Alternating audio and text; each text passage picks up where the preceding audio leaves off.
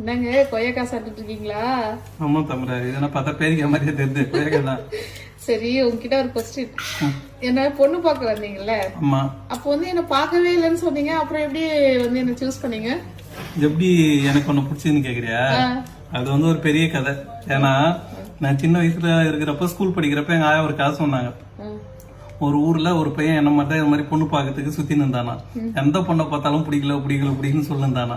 அப்ப அவங்க அம்மாவுக்கே கடுப்பா என்ன பண்ணாங்களாம், ஒரு பெரியவர்கிட்ட ஊர்ல இருப்பாருல்ல, அவர்கிட்ட இட்டு போய் காமிச்சாங்களாம். இது மாதிரி எந்த பொண்ணை காமிச்சாலும் பிடிக்கலன்னு சொல்றான், நீங்க தான் ஐயா அவனுக்கு ஏதாவது புத்திமதி சொல்லணும் அப்படின்னு சொன்னாங்களாம். அப்படியான்னு சொல்லிட்டு அந்த பையனை கூப்பிட்டு அந்த பெரியவர் சொன்னாரா, தம்பி உனக்கு எதிர ஒரு பெரிய ரோஜா தோட்டம் தெரியுது ஐயா அப்படின்னாங்களாம். இந்த ரோஜா தோட்டம் வந்து 1 ஏக்கர் இடம். இந்த ரோஜா தோட்டத்துல நீ ஒரு பூ தான் பறிக்கணும், ஆனா போறப்பதான் பறிக்கணும், திரும்பி வரப்ப பறிக்கூடாது, போயிட்டு திரும்பவும் பின்னாடி வரக்கூடாது, பேக்ல ஒரு பூ தான் பறிக்கணும் அப்படின்னு சொன்னாராம். சரின்னு சொல்லிட்டு இவரும் உள்ள போயிட்டாராம் ரோஜா தோட்டத்துக்குள்ள. போனா பார்த்தா எதிர்க்கிற பூ எல்லாமே நல்லா இருக்குதான். ஆனா மனசு என்ன சொல்லுதான், இன்னும் கொஞ்சம் தூரம் போய் பார்ப்போம், இதோட நல்லா இருக்குதான்னு பார்ப்போம், இன்னும் கொஞ்சம் தூரம் போய் பார்ப்போம், இதோட நல்லா இருக்குதா பார்ப்போம்னு எல்லா நல்லா இருக்கிற ரோஸ் எல்லாம் விட்டுட்டு போயிட்டாராம். போய் நேக்கிறாராம். கடைசியா போய் பார்த்தா வரப்பையா வந்துச்சான், 1 ஏக்கரை முடிஞ்சிச்சான். ஐயோ இப்ப திரும்பி போன பூ எதுவும் பறிக்க முடியாது, ஏதாவது ஒரு பூ பறிச்சுட்டு போயிடும் சொல்லிட்டு வரப்பும் பக்கத்துல இருக்கிற ஒரு பூ பறிச்சுன்னு வந்துட்டாரா. ஏன்னா திரும்பி பறிக்க கூடாது, கடைசியா தான் பறிக்கணும். சரின்ட்டு பறிச்சுன்னு வந்துட்டாரா.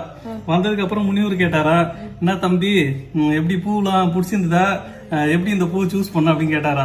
இல்ல ஐயா, போறப்போ பார்த்தேன் நிறைய ரோஸ் எல்லாம் நல்லா இருந்தது, ஆனா வந்து நான் நினைச்சேன் போக இன்னும் நல்லா கிடைக்குன்னு, அங்க போனதுக்கு அப்புறம் வரப்பே வந்துச்சு, என்னால பூ எதுவும் பறிக்காம வர முடியாதுன்னு சொல்லிட்டு ஒரு கெச்ச பூ ஒன்னா பறிச்சுன்னு வந்துட்டேன் அப்படின்னு சொன்னாரா.